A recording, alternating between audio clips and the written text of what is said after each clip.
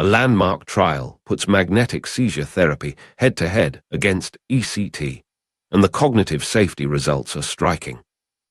A patient refuses ECT. I saw what it did to my aunt. Memory loss is the top reason patients decline this treatment.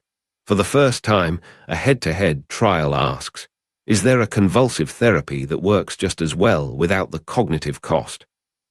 That therapy is magnetic seizure therapy, or MST.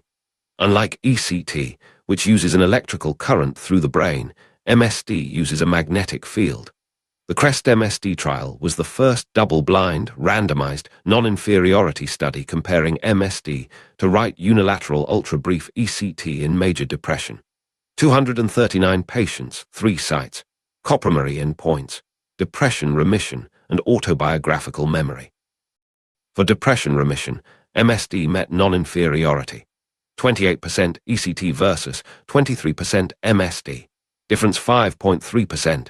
P equals 0.048. Confidence interval within the 15% margin. We can say MST is not worse than ECT by more than 15%. Whether it is truly equivalent in practice remains open. Here is the headline finding. For autobiographical memory, 17.3% of ECT participants had worsening memory. For MST participants, 2.7%. P equals 0.0003, highly significant. ECT patients got worse on secondary cognitive measures. MST patients stayed stable or improved. This is the signal clinicians are paying attention to. Suicidality told a similar story.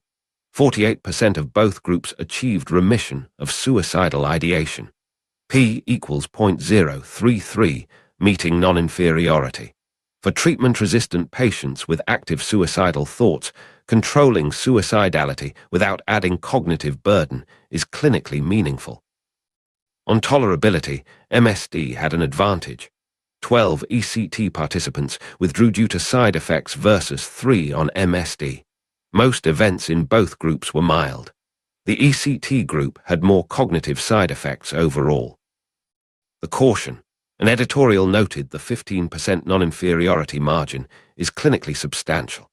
Upper confidence interval bound at 14.9%. Mark George at MUSC was not entirely convinced, though he agreed MST may be a reasonable option for patients who decline ECT due to memory concerns. Future work will examine MST in psychotic depression and explore its neural mechanisms. Before MST becomes clinical, several things must happen. The trial enrolled 239 of a planned 260 participants. The population was white, insufficient power for sex and gender analysis. Critically, MST is not currently FDA-cleared in the United States. It remains investigational. Larger trials, broader enrollment will determine whether this becomes established practice. The safety signal is real. Translation is not there yet. For questions or episode ideas, drop them below and subscribe for more psychopharmacology breakdowns. Educational purposes only, not a substitute for clinical judgment.